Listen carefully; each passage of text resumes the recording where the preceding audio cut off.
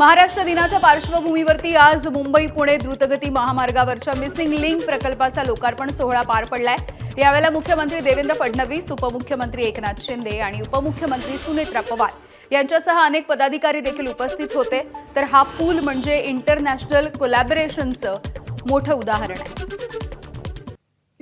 हा पूल म्हणजे इंटरनॅशनल कोलॅबोरेशनचं एक उदाहरण आहे, कारण भारतासहित 7 देश वेगवेगळ्या पद्धतीनं या पुलाच्या उभारणीमध्ये त्या ठिकाणी होते।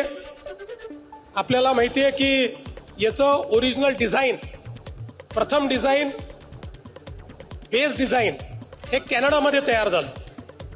त्यानंतर फोर्स टेक्नॉलॉजी ही कोपनहेगन डेन्मार्कमध्ये त्या ठिकाणी त्याची विंड टेस्ट करण्यात आली। केबल्सच्या ज्या चाचण्या आहेत त्या ऑस्ट्रियाच्या व्हिएन्ना विद्यापीठात करण्यात आल्या। केबल्सचं जे उत्पादन आहे ते मेसर्स किसवायर या मलेशियाच्या कंपनीने केलं आणि रस्त्यालगतचे सुरक्षा कठडे ऑस्ट्रिया आणि गोदरेज आपल्या भारतातली मुंबईतली यांनी संयुक्तपणे केलं। आणि मग याची अग्निशमन चाचणी ही ॲपल्स लॅब स्पेन यांनी केली, स्पेनमध्ये केली। आणि याच्यामध्ये पुलाचं आरेखन हे तायवानच्या कंपनीने केलं। व्हेरिफिकेशन कन्सल्टंट ऑस्ट्रियाचे होते आणि केबल एक्सपर्ट हे सिंगापूरचे होते। त्यामुळे एकूण 7 देशाच्या वेगवेगळ्या कंपन्यांनी, इन्स्टिट्यूशन्सनी या पुलामध्ये सहभाग घेतलाय। मिसिंग लिंकवरती सुरक्षेला प्राधान्य देण्यात आलेलं आहे असं मुख्यमंत्री देवेंद्र फडणवीस यांनी देखील सांगितलंय। अद्ययावत अग्निशमन यंत्रणा तसंच 24 तास सीसीटीव्ही कॅमेरे यासह सुरक्षेची पूर्ण काळजी घेण्यात आल्याची माहिती मुख्यमंत्र्यांनी दिली आहे। 2014 साली तत्कालीन सरकारने 13 कारण दिले, 13 की हा का होऊ शकत नाही आणि फाईल क्लोज केली। या 13 कारणामध्ये एक कारण हे देखील होतं की लोणावळा तलावाच्या खालून हा चाललाय आणि म्हणून हा मिसिंग लिंक प्रोजेक्ट करता येत नाही। आणि 13 कारणं देऊन मुख्यमंत्र्यांनी सही करून हा प्रोजेक्ट पूर्णपणे बंद केला। मिसिंग लिंकच्या लोकार्पणाच्या सोहळ्याच्या वेळेला मुख्यमंत्री देवेंद्र फडणवीस यांनी काँग्रेसवरती टीका केली आहे। 2014 मध्ये तत्कालीन काँग्रेस सरकारनं मिसिंग लिंक करता येणार नाही म्हणून 13 कारणं दिली होती असंही फडणवीसांनी म्हटलंय।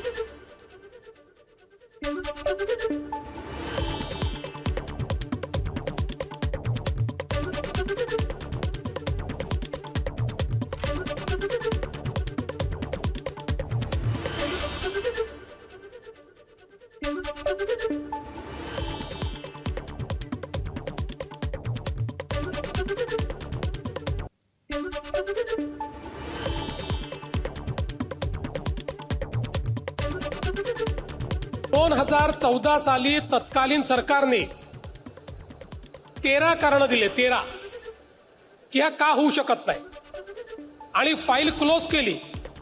या 13 कारणामध्ये एक कारण हे देखील होतं की लोणावळा तलावाच्या खालून हा चाललाय आणि म्हणून हा मिसिंग लिंक प्रोजेक्ट करता येत नाही। आणि 13 कारणं देऊन मुख्यमंत्र्यांनी सही करून हा प्रोजेक्ट पूर्णपणे बंद केला। मिसिंग लिंकचं काम पूर्ण करताना अनेक अडचणी आल्या। सुरुवातीला एवढी उंची बघून मजूर पळून जायचे, मात्र कठीण परिस्थितीमध्ये देखील हा मार्ग पूर्ण झालाय। हा एक महत्त्वाचा रेकॉर्ड असल्याचं उपमुख्यमंत्री एकनाथ शिंदे म्हणाले। या ठिकाणी सुरुवातीला एवढी उंची बघून मजूर पळून जायचे, अधिकारी पळून जायचे, त्यांना शोधून शोधून शोधून शोधून पुन्हा आणायला लागायचं। त्यामुळे एवढ्या उंचावर काम करणं, 182 मीटर टायगर व्हॅलीच्या वरती वायाडक्टचं काम करणं सोपं नाही आहे। आणि त्याचबरोबर आता आपल्याला याला Guinness book of the world असा जो आपलं रेकॉर्ड नोंद झालंय, सगळ्यात जगातला वायडेस्ट टनेल आणि भारतातला सगळ्यात उंच वायाडक्ट अशी याची ख्याती आहे। मुंबई पुणे प्रवासामधला वेळ हा 25 ते 30 मिनिटांनी कमी करणारा मिसिंग लिंक हा आजपासून सर्वसामान्यांसाठी खुला करण्यात आलाय। त्यापूर्वी मुख्यमंत्री देवेंद्र फडणवीस, उपमुख्यमंत्री एकनाथ शिंदे आणि सुनेत्रा पवार यांनी या मिसिंग लिंकवरून प्रवासही केलाय. त्यावेळेला मुख्यमंत्री देवेंद्र फडणवीस यांनी स्वतः गाडी देखील चालवली आहे. दरम्यान पुणे एक्सप्रेस वेवरती मिसिंग लिंक नसून कनेक्टिंग लिंक आहे असं मुख्यमंत्री देवेंद्र फडणवीस यांनी म्हटलंय. या संदर्भात सूचना त्यांनी अधिकाऱ्यांना दिलेल्या आहेत. तर लवकरच या लिंकला नाव दिलं जाणार असल्याचं देखील मुख्यमंत्री म्हणाले.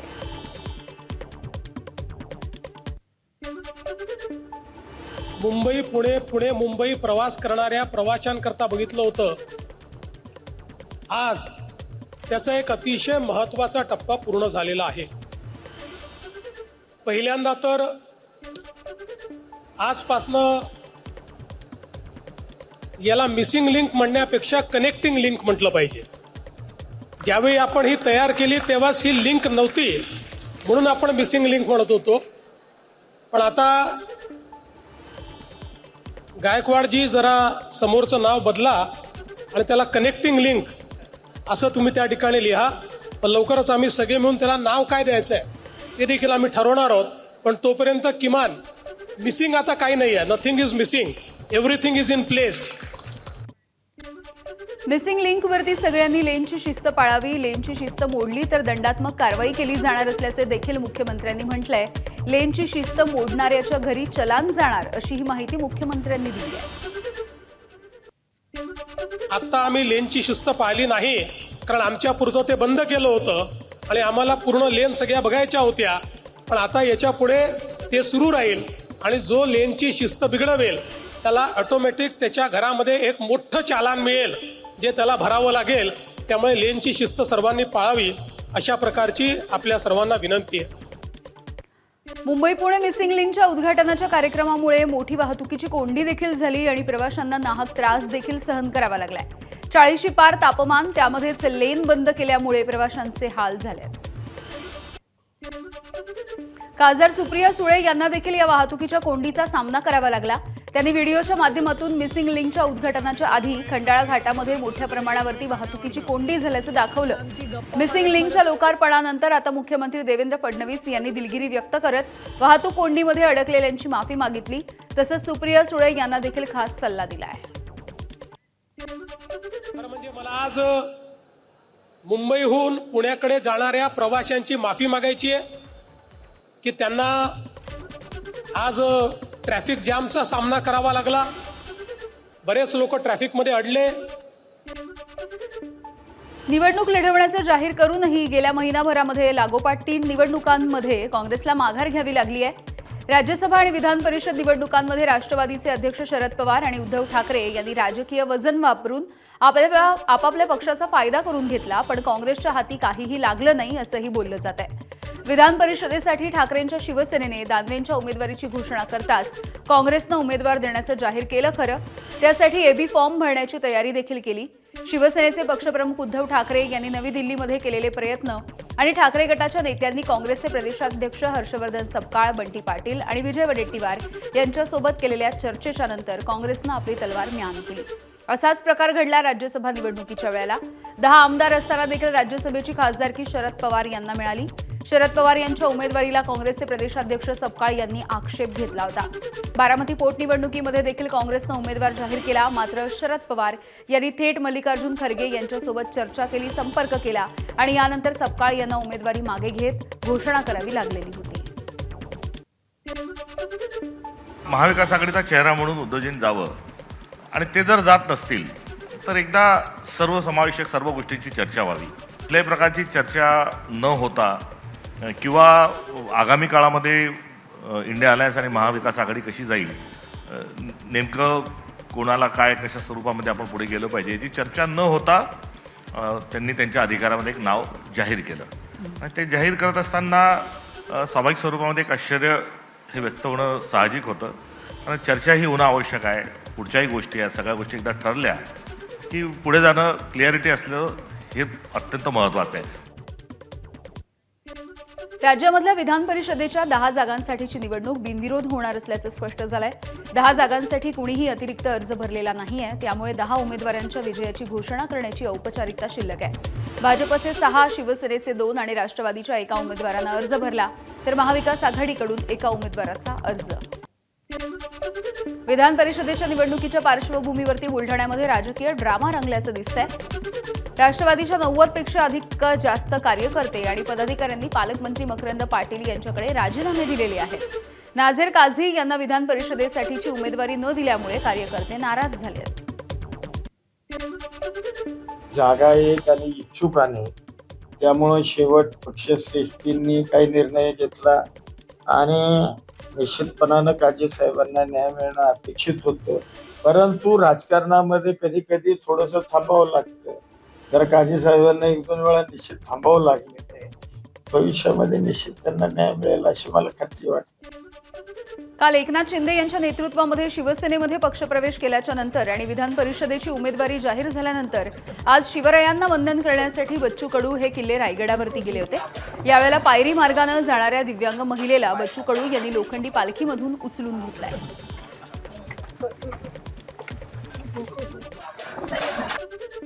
बच्चू कडू यांनी काल उपमुख्यमंत्री एकनाथ शिंदे यांच्या उपस्थितीमध्ये शिवसेनेमध्ये प्रवेश केला. मात्र बच्चू कडू यांनी पक्षप्रवेशासाठी शिवसेनेलाच का निवडलं, भाजपला का निवडलं नाही असा सवाल विचारला असता शिंदे हे सेवाभावी आहेत, त्यांच्याशी विचार जुळतात अशी प्रतिक्रिया बच्चू कडू यांनी दिली आहे. भाजपचं आमचं पटलं नसतं, कारण मी मॅचेस होत नाही तिथं. शिंदे साहेब आम्ही मॅच होतोय, ते सेवाभावी आहे, रात्री दार उघडणारा माणूस आहे आणि दानत्व आहे. ज्यांनी दिव्यांग मंत्रालय दिल्याबरोबर आम्ही त्यांचे चाहते झालो. कर्जमाफीमध्ये मोठा हिस्सा त्यांचा होता, म्हणजे ते हे अंदर की बात आहे, पण त्यांनी मोठा प्रयत्न त्यासाठी केला होता. कसं आहे, आखरी विचार जुळले तर मतं जुळतात आणि विचारच जुळले नाही तर मन जुळाचा काय संबंध येतं. आणि म्हणून आम्ही म्हटलंय शिंदे साहेबांना का पदा हा विषय महत्त्वाचा नाही आहे, मुद्दे महत्त्वाचे आहे आणि मुद्दे घेऊन आपण समोर गेलो पाहिजे. रायगडच्या पालकमंत्री पदाविषयी मंत्री अदिती तटकरे यांनी वक्तव्य केलंय. पालकमंत्री पदाचा निर्णय महायुतीचे वरिष्ठ नेते घेतील असंही त्यांनी स्पष्ट केलं. तसंच पालकमंत्री नाही म्हणून विकास होणार नाही असं नसल्याचं अदिती तटकरे यांनी म्हटलेलं आहे. पालकमंत्री पदाच्या संदर्भातला जो काही निर्णय आहे ते आमचे प्रमुख नेते घेतील. महायुतीचे नेते असतील आणि राज्याचे मुख्यमंत्री देवेंद्र फडणवीस साहेब, एकनाथजी शिंदे साहेब, सुमित्रा काकी आहेत, हे त्या ठिकाणी निर्णय घेतील. पण एक बाब निश्चित आहे की त्या पदामुळे आपल्या जिल्ह्याचा विकास कुठेही खंडित होणार नाही किंवा कुठेही पालकमंत्री नाही म्हणून जिल्ह्यासोबत दुजाभाव हा होणार नाही याची खबरदारी तिघांनी घेतली. राज्यामध्ये ऑटो टॅक्सी चालकांना मराठी सक्तीच्या निर्णयाला मुदतवाढ देण्यात आली आणि यानंतर मनसेनं सरकारच्या विरोधात मुंबईमध्ये बॅनरबाजी केली आहे. हे काय करणार मराठीची सक्ती, हे तर करत आहेत परप्रांतीयांची भक्ती, अशा आशयाचे बॅनर मनसेनं लावले आहेत. मुंबई महानगरपालिकेमध्ये सर्वसाधारण सभेला गैरहजर राहणाऱ्या नगरसेवकांवरती मुख्यमंत्री नाराज झाले. दांडी मारणाऱ्या नगरसेवकांना आता नोटीस बजावली जाते. सातत्यानं सभेला गैरहजर राहणाऱ्या नगरसेवकांच्या संख्येवरून मुख्यमंत्र्यांनी नाराजी व्यक्त केली आहे. सत्ताधाऱ्यांची संख्या तुल्यबळ असल्यामुळे तातडीचा प्रस्ताव नामंजूर झाल्यामुळे कारवाईचे निर्देशही देण्यात आलेले आहेत. मुंबई महानगरपालिकेमधील एमआयएमच्या नगरसेविका रोशन इरफान शेख यांचं जात प्रमाणपत्र हे अवैध असल्याचं तपासामधून समोर येत आहे. तपासणीच्या दरम्यान सादर केलेली कागदपत्र ही बनावट असल्याचं उघड झालंय. परभणीमधील जात पडताळणी समितीकडून प्रमाणपत्र रद्द करण्याचे आदेश देण्यात आले. शेख यांचं नगरसेवक पद जाण्याची शक्यता असल्याचं देखील बोललं जात आहे. आज हिंगोलीमध्ये नवनिर्वाचित राज्यसभाचे खासदार रामराव वडकुते यांच्या नागरी सत्कार कार्यक्रमाचं आयोजन करण्यात आलं. शिवशंभू प्रतिष्ठानच्या वतीनं या सत्काराच्या कार्यक्रमाचं आयोजन करण्यात आलं होतं. हिंगोलीचे पालकमंत्री नरहरी झिरवाळ यांच्यासह सगळ्या मान्यवरांच्या हस्ते रामराव वडकुते यांचा सत्कार झालाय आणि या कार्यक्रमाला आमदार तानाजी मुटकुळे, आमदार हेमंत पाटील, आमदार राजू नवघरे यांच्यासह विविध मान्यवर उपस्थित राहिले. हिंगोलीमध्ये कयाधू नदी स्वच्छता मोहिमेचे पालकमंत्री नरहरी झिरवाळ यांच्या हस्ते उद्घाटन झालेलं आहे. नदीमधील सर्व कचरा बाहेर काढून नदी स्वच्छ आणि सुंदर करण्याच्या सूचना यावेळेला पालकमंत्र्यांनी जिल्हा प्रशासनाला दिलेल्या आहेत. लवकरात लवकर नदी स्वच्छ करावी असे निर्देश यावेळी देण्यात आले. निसर्गाचा ढासळता समतोल सावरण्यासाठी अहिल्यानगर महानगरपालिकेचे उपमहापौर ॲडव्होकेट धनंजय जाधव यांच्या संकल्पनेमधून पालकमंत्री राधाकृष्ण विखे पाटील ग्रीन सिटी या मोहिमेचा शुभारंभ आज महाराष्ट्र दिनाच्या निमित्तानं करण्यात आलाय. जलसंपदा मंत्री आणि पालकमंत्री राधाकृष्ण विखे पाटील, आमदार संग्राम जगताप यांच्या प्रमुख उपस्थितीमध्ये महानगरपालिका आणि साई द्वारका सेवा ट्रस्टच्या संयुक्त विद्यमानं ही वृक्षारोपणाची आणि संवर्धनाची मोहीम हाती घेण्यात आली. राज्यामध्ये तापमान 45 अंशांपर्यंत गेलंय. ग्लोबल वॉर्मिंगचा समतोल राखण्यासाठी पहिल्या टप्प्यामध्ये 1 लाख झाडांची लागवड करून संवर्धन करण्याचा संकल्प उपमहापौर धनंजय जाधव यांनी व्यक्त केला आहे. कुठंतरी ही ग्रीन सिटी होतं, जे शहर वाढत चाललेलं आहे आणि वाढत्या शहरामध्ये मोठे मोठे कॉन्क्रीटचे रस्ते असतील, मोठ्या मोठ्या लग्नाला भिडणाऱ्या इमारती असतील किंवा वाहनांची वाढती संख्या लक्षात घेता हा उपक्रम अत्यंत विकासाच्या बरोबरीनं अत्यंत गरजेचा उपक्रम होता. त्याच्यामध्ये आज कुठंतरी उपमहापौर साहेबांनी पुढाकार घेऊन एक चांगली संकल्पना, जवळपास 1 लाखाचा झाडाचा संकल्प त्यांनी केला. लातूरच्या पोलीस अधीक्षक कार्यालयाच्या परिसरामधील सायबर पोलीस ठाण्याच्या नूतनीकृत इमारतीचं लोकार्पण पालकमंत्री शिवेंद्रसिंह राजे भोसले यांच्या हस्ते करण्यात आलंय. यावेळेला नव्यानं पोलीस दलामध्ये भरती झालेल्या 46 कर्मचाऱ्यांना नियुक्तीपत्र प्रदान करण्यात आलं. तसंच जिल्हाभरामध्ये राबवण्यात येणाऱ्या QR कोड आधारित पेट्रोलिंग यंत्रणेचा शुभारंभ पार पडलाय. या कार्यक्रमाला विविध लोकप्रतिनिधी आणि वरिष्ठ प्रशासकीय अधिकाऱ्यांची देखील उपस्थिती होती. गोरेगाव नेस्को ड्रग्ज पार्टी प्रकरणामध्ये वनराई पोलिसांनी मोठी कारवाई केली आहे. या प्रकरणामधील मुख्य फरार आरोपी महेश हिरो खेमलानी याला मुंबई विमानतळावरून अटक करण्यात आली. गुन्हा दाखल झाल्याच्या नंतर हा आरोपी हाँगकाँगला पळून गेला होता आणि या आरोपीची गर्लफ्रेंड रियाज जेकब हिला देखील वनराई पोलिसांनी अटक केली आहे. मुख्य आरोपीनं तिच्या खात्यामध्ये 70,000 रुपये पाठवले होते. नेस्को ड्रग्ज पार्टीच्या प्रकरणामध्ये आतापर्यंत 12 आरोपींना अटक करण्यात आलेली आहे आणि अधिकचा तपास सध्या सुरू आहे. मुंबईमध्ये मोठ्या आंतरराष्ट्रीय ड्रग्ज रॅकेटचा पर्दाफाश करण्यात आला. एनसीबीनं मुंबईमध्ये 349 किलो कोकेन जप्त केलेला आहे आणि पकडण्यात आलेल्या कोकेनची आंतरराष्ट्रीय बाजारामध्ये 1,745 कोटी रुपये इतकी किंमत आहे. केंद्रीय गृहमंत्री अमित शहा यांनी स्वतः एक्सपोस्ट करून या संदर्भातली माहिती दिली. हा बॉटम टू टॉप तपासाचं उत्तम उदाहरण असल्याचं देखील अमित शहांनी म्हटलंय. अंमली पदार्थांचं सेवन करून मोकाटपणे रस्त्यावरती वाहनामधून फिरणाऱ्यांची पार्टीच्या नावाखाली रेव पार्टीमध्ये अंमली पदार्थांचं सेवन करून उशिरा रात्री घरी परतणाऱ्यांना आता रस्त्यावरच कायद्याचा चाप बसणार आहे. कारण महाराष्ट्रामध्ये पहिल्यांदाच पोलिसांनी अत्याधुनिक ड्रग्ज टेस्टिंग मशीनच्या माध्यमातून on the spot drug testing सुरू करण्याचा निर्णय घेतलेला आहे आणि नागपूरमध्ये आज महाराष्ट्र दिनाच्या निमित्तानं या अत्याधुनिक मशीनचं पोलिसांच्या माध्यमातून रस्त्यावरती वापर सुरू होतोय. लवकरच नागपूरसह राज्यामधल्या इतर सगळ्या प्रमुख शहरांमध्ये रस्त्यावरती अंमली पदार्थांचं सेवन करण्याच्या संदर्भामध्ये तपासणी देखील केली जाणार आहे. लागलीच हातामध्ये अंमली पदार्थाचं सेवन केल्याच्या संदर्भातला रिपोर्ट देखील सोपवला जाणार आहे. आपण पकडून मग हॉस्पिटल वगैरे घेऊन जात होतो. आता त्याच्या स्पॉटवर आपण टेस्ट करू शकू आणि ते त्यांनी कोणती ड्रग कन्झ्युम केलेली आहे, किती मात्रामध्ये कन्झ्युम केलेले, हे सगळं रिझल्ट आपल्याला 5 मिनिटामध्ये मिळेल आणि त्याचे प्रिंटआउट पण मिळेल. मग ह्याच्या भरपूर आपल्याला आता भविष्यात फायदा होणार आहे. काही वेळेस तो म्हणतो आहे की मी नाही केला, मग आपण त्याच्या व्हिडिओग्राफी आणि तो स्वतः माणूस तिथे उभा आहे आणि ऑथेंटिक त्याचा रिझल्ट आपल्याला दिसतो आहे. मग सगळी एव्हिडन्स आपल्याला मिळेल आणि ही जे त्याचा फायदा आपण कोर्टात ज्यावेळेस प्रोड्यूस करतो पेपर, तर त्यावेळेस आपल्याला फायदा याचा होणार आहे. शिक्षकांना अतिरिक्त कामामधून सूट द्या अशी मागणी शिक्षक परिषदेनं शालेय शिक्षण मंत्री दादा भुसे यांच्याकडे एका पत्राच्या माध्यमातून केली आहे. महाराष्ट्र राज्य शिक्षक परिषद मुंबई विभागाने राज्य सरकारकडे शिक्षकांना एप्रिलपासून अतिरिक्त कामामधून मुक्त करून 14 जूनपर्यंत सूट देण्याची ही मागणी केली आहे. यवतमाळ जिल्ह्यामधल्या किन्ही ग्रामपंचायतीनं जिल्हा परिषदेच्या शाळेमधील विद्यार्थ्यांची घट रोखण्यासाठी अनोखा निर्णय घेतलाय. इयत्ता 6वी ते 8वीच्या विद्यार्थ्यांची वडिलांना घरपट्टी कायमस्वरूपी माफ करण्याचा निर्णय घेण्यात आला. 1 मे 2026 रोजी ग्रामपंचायतीचा ऐतिहासिक ठराव झालेला आहे. गरीब कुटुंबांना आर्थिक दिलासा देण्याचा प्रयत्न किन्ही ग्रामपंचायतीनं केलाय आणि या ठरावामुळे गावामध्ये उत्साहाचं वातावरण आहे.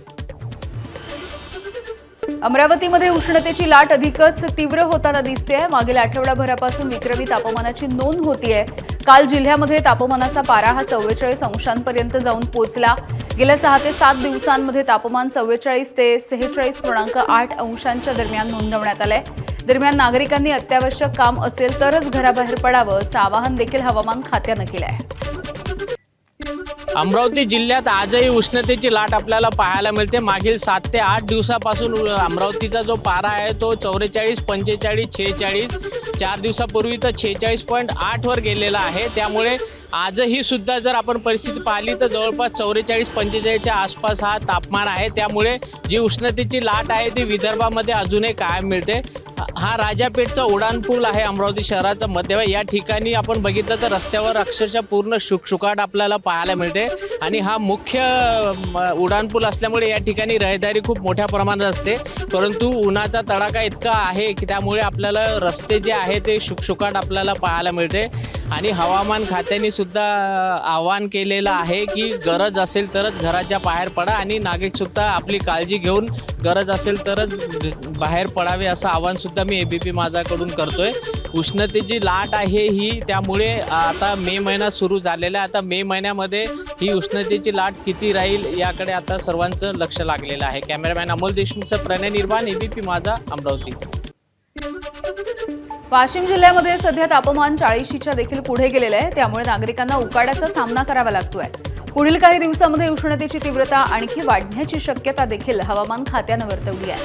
दरम्यान एप्रिल महिन्यामध्ये तापमानानं विक्रम केल्याच्या नंतर आता मे महिन्यामध्ये देखील तापमानाचा पारा आणखी किती वाढतो हे बघणं देखील महत्त्वाचं आहे.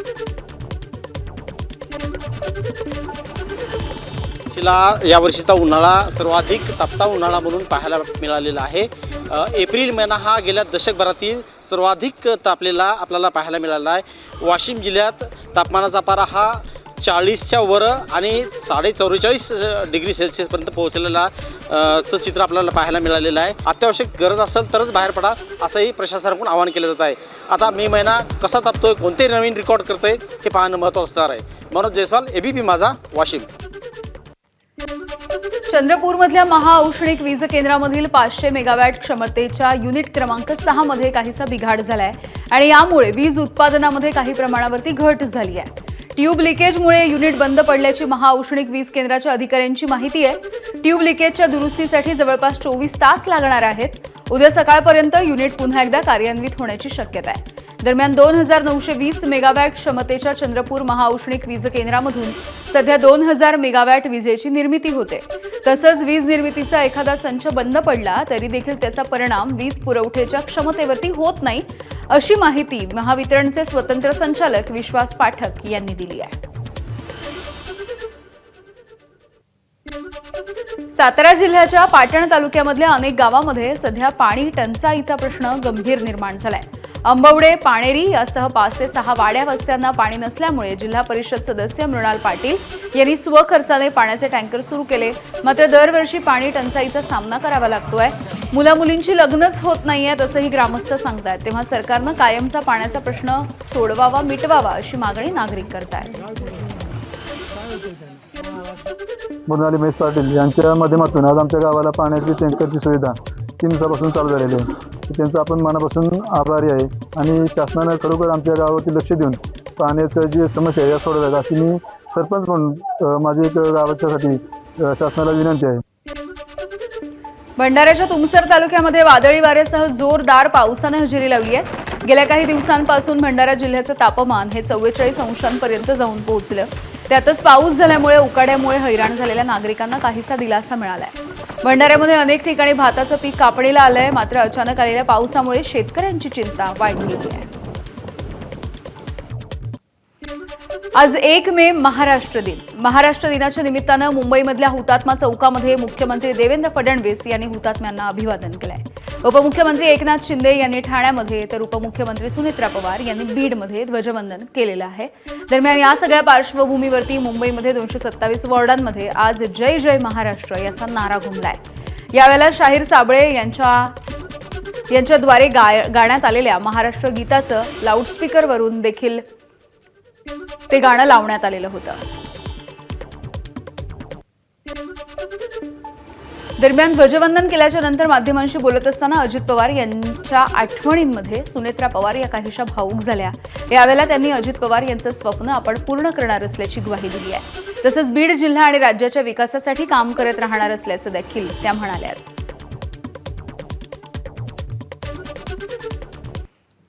भंडाऱ्यामधून एक धक्कादायक असा प्रकार समोर आलेला आहे. खोकरला ग्रामपंचायतीमध्ये ध्वजारोहणच न झाल्यामुळे ग्रामस्थांमध्ये तीव्र असा संताप आहे. या संदर्भामध्ये विचारणा केल्याच्या नंतर ग्रामसेवकांनी शासनाकडून कोणतंही पत्र न आल्याचं कारण दिलंय आणि ही जबाबदारी झटकण्याचा प्रयत्न केलाय. दरम्यान राज्याचे गृह राज्यमंत्री योगेश कदम यांनी या संपूर्ण प्रकरणाची गंभीर अशी दखल घेतली आहे आणि या प्रकरणाची चौकशी करून दोषींवरती कठोरातली कठोर कारवाई करण्याचं आश्वासन दिलं आहे.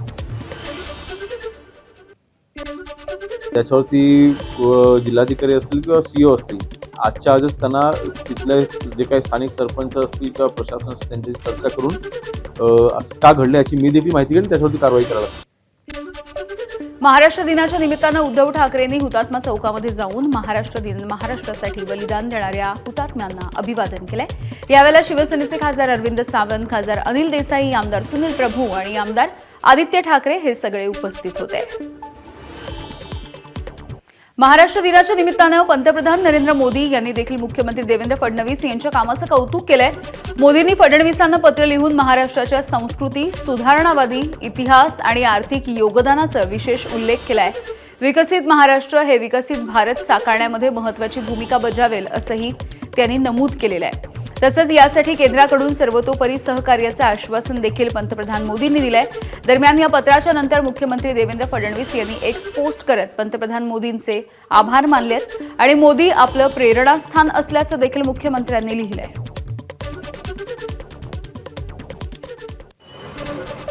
विदर्भवाद्यांनी नागपूरच्या संविधान चौकावरती गोंधळ घातला. काळे झेंडे फडकवत आणि काळे फुगे सोडून त्यांनी महाराष्ट्र दिनाच्या दिवसाचा निषेध केलाय. संविधान चौकावरती अचानकपणे वेगवेगळ्या दिशेनं विदर्भवादी पोहोचले आणि त्यांनी सोबत आणलेले काळे झेंडे फडकवायला सुरुवात केली. तर काहींनी गोष्ट लिहिलेले काळे फुगे हे हवेमध्ये सोडले. अचानकपणे झालेल्या या आंदोलनामुळे पोलिसांची तारांबळ झाली.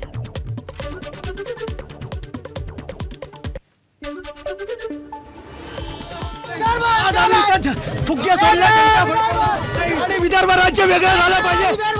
आम्हाला महाराष्ट्र दिवस मान्य नाही.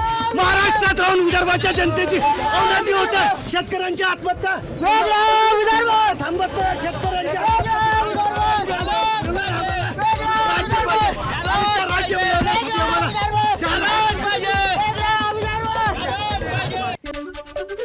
महाराष्ट्र दिनाच्या निमित्तानं मुलुंडमध्ये काँग्रेसकडून मानवी साखळी आंदोलन करण्यात आलं. यावेळेला मिठागरांच्या जागा भूमिपुत्रांपासून हिरावल्या जात असल्याचाही आरोप आहे. तसंच मुलुंडचं गुजरातीकरण केलं जात असल्याचा गंभीर आरोप काँग्रेसचे प्रवक्ते राकेश शेट्टींनी केलाय. विविध प्रकल्पांच्या विरोधामध्ये काँग्रेसनं हे आंदोलन केलं. मुलुंडमध्ये इथे मिठेगरची जी जमीन आहे, भूमिपुत्र अग्रिकोली लोकांची जमीन आहे, ते किचून आता अदानी साहेबाच्या खिशामध्ये टाकणारा काम देवेंद्र फडणवीसची सरकार करत आहे.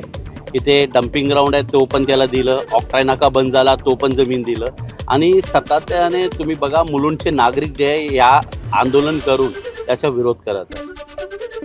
महाराष्ट्र दिनाच्या निमित्तानं मराठी भाषा, अभिमान आणि संस्कृती यांना अधोरेखित करणारं अभिमान मराठीचा हे विशेष चर्चासत्र मुलुंडमध्ये आयोजित करण्यात आलं होतं. मराठमोळं मुलुंड आणि मुलुंड परिसरामधील विविध सामाजिक संस्थांच्या विद्यमानं हा कार्यक्रम आयोजित करण्यात आला होता. या कार्यक्रमामध्ये ज्येष्ठ पत्रकार तसंच एबीपी माझाचे मुख्य संपादक राजीव खांडेकर यांच्यासह मराठी भाषेचे अभ्यासक आणि जाणकार देखील सहभागी झाले. यामध्ये महाविद्यालयीन विद्यार्थी आणि प्राध्यापकांच्या सोबत मार्गदर्शनपर संवादही साधण्यात आला. मराठी भाषेचा अभिमान वाढवण्यासाठी आणि तरुण पिढीमध्ये भाषेविषयी जागरूकता निर्माण करण्याचा हा प्रयत्न असल्याचं आयोजकांनी सांगितलंय. यावेळेला राजीव खांडेकर यांनी मराठी भाषा आणि सध्याची स्थिती याविषयी उपस्थितांना मार्गदर्शन केलं. आजचा जो कार्यक्रम या ठिकाणी आपण जो आयोजित केलेला आहे, विशेष म्हणजे मुलुंडमधलं मराठमोळं मुलुंड ही एक मराठी भाषेसाठी झटणारी संस्था आणि दुसरी आमची मराठा मंडळ. मी या मराठा मंडळ संस्थेचा अध्यक्ष आहे. अतिशय उत्तम असा कार्यक्रम आज या ठिकाणी आपण आयोजित केलेला आहे. जसं सुकृत सरांनी व्यासपीठावरून सांगितलं की असे कार्यक्रम केवळ एखाद्या शहरापुरते नगरापुरते मर्यादित न राहता संपूर्ण महाराष्ट्रभर झाले पाहिजे. मला वेळोवेळी हे दिसलेलं आहे की मराठीच्या बद्दल आपल्याला अभिमान फार आहे, पण आपलं प्रेम पुरेसं नाहीये. आपण एकही उत्सव नाही साजरा केला ना तरी चालेल, पण आपण आपल्या भाषेबद्दल, आपल्या संस्कृतीबद्दल आतून प्रेम बाळगलं पाहिजे आणि आपल्या पातळीवर आपण काय करू शकतोचा विचार केला पाहिजे. वैशाख पौर्णिमेच्या शुभमुहूर्तावरती श्रीमंत दगडूशेठ हलवाई गणपती मंदिरामध्ये भाविकांच्या वतीनं तब्बल 5,000 शहाळ्यांचा महानैवेद्य अर्पण करण्यात आला। यावेळेला संपूर्ण मंदिर आकर्षक पद्धतीनं शहाळ्यांनी सजवण्यात आलं। वाढत्या उन्हाच्या तडाख्यापासून भक्त आणि शेतकऱ्यांचं संरक्षण व्हावं, चांगला पाऊस व्हावा अशी प्रार्थना करण्यात आली। आज वैशाखी पौर्णिमा निमित्ताने पुण्यातील श्रीमंत दगडूशेठ हलवाई गणपती बाप्पांच्या मंदिरामध्ये 5,000 शहाळांचा महानैवेद्य या ठिकाणी दाखवण्यात आलेला आहे। जर आपण बघितलं तर श्रीमंत दगडूशेठ हलवाई गणपती बाप्पांची जी मूर्ती आहे ती पूर्णपणे सोन्याच्या आभूषणांनी सजवलेली आहे। मंदिराच्या गाभाऱ्यामध्ये 5,000 शाळांचा हा महानैवेद्य आहे। संपूर्ण मंदिर आज शाळांनी सजवण्यात आलेलं आहे आणि पहाटेपासूनच भाविकांची मोठी गर्दी आज बाप्पांच्या दर्शनासाठी या ठिकाणी पाहायला मिळते। महाराष्ट्र दिनाच्या निमित्तानं पंढरपूरमधील श्री विठ्ठल रुक्मिणी मंदिरामध्ये आकर्षक अशी फुलांची सजावट करण्यात आली आहे। राज्याच्या 67व्या वर्धापन दिनाच्या निमित्तानं पुण्यामधल्या भाविकांनी ही विशेष फुलांची सेवा अर्पण केली। शेवंती, जरबेरा, झेंडू, गुलाब तसंच देशी विदेशी अशी मिळून सुमारे 2 टन फुलांचा वापर करण्यात आलाय आणि या सजावटीमुळे हा गाभारा अधिकच आकर्षक दिसतोय। आजचा दिवस हा साताऱ्यामधल्या निसर्गप्रेमींसाठी खूप खास असा आहे, कारण 1 मे रोजी साताऱ्यामध्ये गुलमोहर डे साजरा होतो। गेल्या 28 वर्षांपासून चालत आलेली ही परंपरा आजही जपली जाते आहे। गुलमोहराच्या सावलीमध्ये लहान थोर सगळ्यांनी एकत्र जमून रंगोत्सव साजरा करण्यात आला। विविध फुलांची चित्र काढून हा खास दिवस साजरा होतो। काही हौशी निसर्गप्रेमींनी कविता म्हणत आणि गाणी गात निसर्गावरचं आपलं प्रेमही व्यक्त केलंय। साताऱ्यामध्ये होत असलेल्या गुलमोहर दिनाच्या निमित्ताच्या या कार्यक्रमाला दिवसेंदिवस प्रतिसाद देखील वाढत असल्याचं दिसतंय।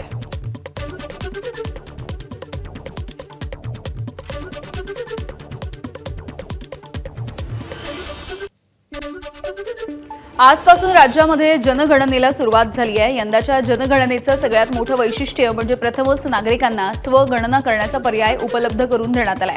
यंदाची ही 16वी जनगणना आहे। 2 टप्प्यामध्ये यंदाची जनगणना पार पडेल आणि या प्रक्रियेसाठी 2,64,000 पर्यवेक्षक नेमण्यात आलेत। जनगणनेसाठी 33 प्रश्न तयार करण्यात आले। यामधून घराची स्थिती, सोयी सुविधा, घरगुती मालमत्ता याविषयी माहिती गोळा केली जाते आहे। या माहितीच्या आधारे भविष्यामधील सरकारी योजना आणि संसाधनं यांचं वाटपही निश्चित केलं जाईल। दरम्यान नागरिकांनी जनगणनेच्या प्रक्रियेमध्ये सक्रिय सहभाग घ्यावा असं आवाहन उपमुख्यमंत्री सुनेत्रा पवार यांनी केलं आहे।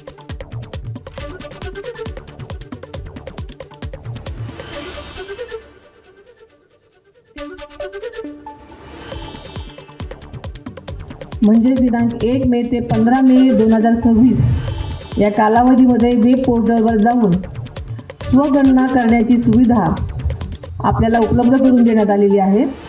प्रत्येक कुटुंबाने संकेतस्थळावर जाऊन स्वतःची माहिती नोंदवावी असे आवाहन मी आजच्या दिनी आपल्या सर्वांना करते। महसूल मंत्री चंद्रशेखर बावनकुळे यांनी देखील स्वतःची स्वगणना केली आणि नागपूरमध्ये जिल्ह्याच्या स्वगणनेच्या प्रक्रियेला सुरुवात केली आहे।